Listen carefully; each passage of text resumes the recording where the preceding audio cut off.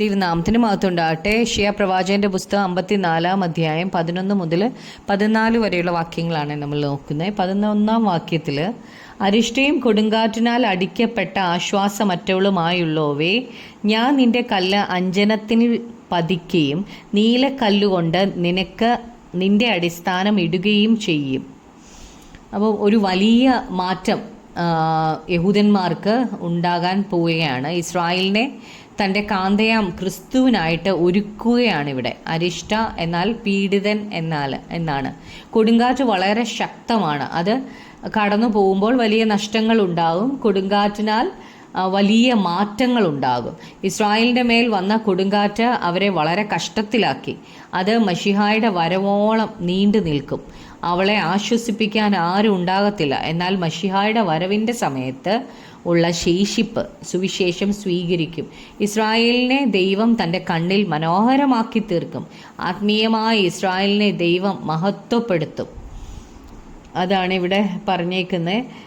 നിന്റെ കല്ല് അഞ്ജനത്തിൽ പതിക്കുകയും നീലക്കല്ലുകൊണ്ട് നിന്റെ അടിസ്ഥാനം ഇടുകയും ചെയ്യുമെന്ന്. 12 വാക്യത്തിൽ, ഞാൻ നിന്റെ താഴികക്കുടങ്ങളെ പത്മരാഗം കൊണ്ടും നിന്റെ ഗോപുരങ്ങളെ പുഷ്പരാഗം കൊണ്ടും നിന്റെ അറ്റങ്ങൾ ഒക്കെയും മനോഹരമായ കല്ലുകൾ കൊണ്ടും ഉണ്ടാക്കും.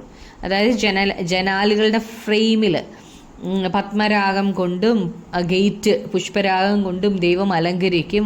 വിലയേറിയ കല്ലുകൾ കൊണ്ട് ഇസ്രായേലിനെ ദൈവം മഹത്വം ഉള്ളതാക്കി തീർത്തിട്ട് ദൈവത്തിൻ്റെ രാജ്യം ദൈവം അവിടെ സ്ഥാപിക്കാനായിട്ട് ഒരുക്കിയെടുക്കും. 13 വാക്യത്തിൽ, നിന്റെ മക്കളെല്ലാവരും യഹോവയാൽ ഉപദേശിക്കപ്പെട്ടവരും നിന്റെ മക്കളുടെ സമാധാനം വലിയതുമായിരിക്കും. അപ്പോൾ ഇസ്രായേലിൻ്റെ പുറമേ കാണുന്ന മാറ്റങ്ങളെക്കുറിച്ചാണ് ഇത്രയും കഴിഞ്ഞ 2 വാക്യങ്ങളിൽ പറഞ്ഞത്. ഇപ്പോൾ അകമേയുള്ള മാറ്റങ്ങളെക്കുറിച്ചാണ് ഇവിടെ പറയുന്നത്.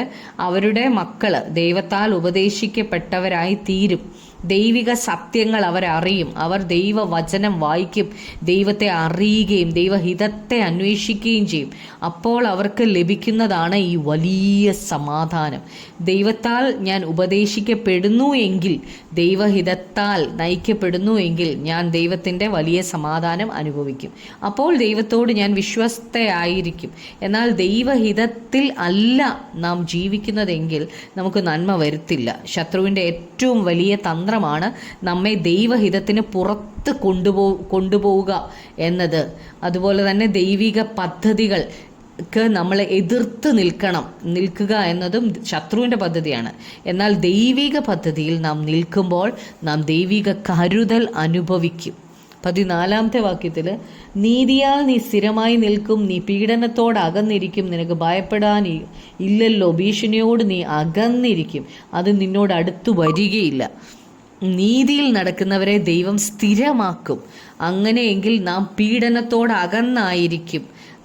നമ്മൾ പീഡനത്തോട് അകന്നിരിക്കും. ദൈവഹിതത്തിൽ നടക്കുന്നവരെ ശത്രുവിൻ്റെ ഉപദ്രവത്തിൽ നിന്ന് ദൈവം വിടുവിക്കും. ദൈവഹിതത്തിൽ സുരക്ഷിതത്വമുണ്ട്, സംരക്ഷണമുണ്ട്. നമ്മുടെ ഹിതത്തിൽ നാം ജീവിക്കുന്നുവെങ്കിൽ, നമ്മുടെ ആഗ്രഹത്തിന് പുറമെ നാം ആകുന്നു എങ്കിൽ നാം വഞ്ചിക്കപ്പെടും. ദൈവത്തോട് അനുസരണവും ഉള്ളവർക്ക് മാത്രമേ ദൈവഹിതം വെളിപ്പെടുത്തി കിട്ടുകയുള്ളൂ. ദൈവത്തെ അനുസരിക്കുന്നില്ലെങ്കിലോ, നമ്മൾ ദൈവത്തിൽ നിന്ന് ചെയ്യുന്നില്ലെങ്കിലോ നമ്മുടെ ജീവിതത്തിൽ ദൈവത്തിൻ്റെ ഹിതത്തെക്കുറിച്ച് നമ്മൾ അറിയത്തില്ല, നമുക്ക് മനസ്സിലാവത്തില്ല. ഉദാഹരണത്തിന്, ദൈവത്തിന് നമ്മെക്കുറിച്ച് ഒരു വലിയ പദ്ധതി ഉള്ളപ്പോൾ നാം ദൈവഹിതപ്രകാരം അല്ലാത്ത ഒരു വിവാഹ ബന്ധത്തിൽ ഏർപ്പെട്ടു എന്നിരിക്കട്ടെ. അപ്പോൾ ദൈവം ആഗ്രഹിച്ചതുപോലെ നമ്മെ ദൈവത്തിന് ഉപയോഗിക്കാൻ കഴിയത്തില്ല. ദൈവം വിളിച്ച വിളിക്ക് അനുസരിച്ച് മുമ്പോട്ട് പോകാൻ കഴിയത്തില്ല. ദൈവം അത് ക്ഷമിക്കുമായിരിക്കും. എന്നാൽ നമ്മെ മറ്റൊരു കാര്യത്തിനായിട്ട് ദൈവം വീണ്ടും ഉപയോഗിക്കുന്നത്, പിന്നെ വേറൊരു കാര്യത്തിനായിരിക്കും ഉപയോഗിക്കുന്നത്. എന്നാൽ അതിലും അത്രയും ശ്രേഷ്ഠമല്ലാത്തൊരു കാര്യത്തിനായിരിക്കും ഉപയോഗിക്കുന്നത്. എന്നാൽ ദൈവത്തിൻ്റെ ഉന്നത വിളിയിൽ നിന്ന് നാം തള്ളപ്പെട്ടു പോകും. അനുസരണക്കേടിന് അനന്തര ഫലമുണ്ട്. ക്രിസ്തു നമ്മോട് നമ്മുടെ പാപങ്ങൾ, നമ്മുടെ തെറ്റുകൾ ക്ഷമിക്കും. എങ്കിലും അതിനൊരു അനന്തര ഫലമുണ്ട്.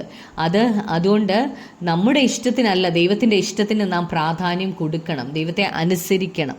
അതാണ് ഇവിടെ 14 വാക്യത്തിൽ പറയുന്നത്. ദൈവത്തെ അനുസരിക്കുന്നെങ്കിൽ, അപ്പം അങ്ങനെയാണെങ്കിൽ നീതിയാൽ നീ സ്ഥിരമായി നിൽക്കും, നീ പീഡനത്തോട് അകന്നിരിക്കും, നിനക്ക് ഭയപ്പെടാനില്ലല്ലോ, ഭീഷണിയോട് നീ അകന്നിരിക്കും, അത് നിന്നോട് അടുത്ത് വരികയില്ല. നമുക്ക് പ്രാർത്ഥിക്കാം. കർത്താവായ യേശുവേ, അപ്പോൾ ഞങ്ങൾ വായിച്ചതുപോലെ നിൻ്റെ മക്കളെല്ലാവരും യഹോവയാൽ ഉപദേശിക്കപ്പെട്ടവരും നിൻ്റെ മക്കളുടെ സമാധാനം വലിയതുമായിരിക്കും.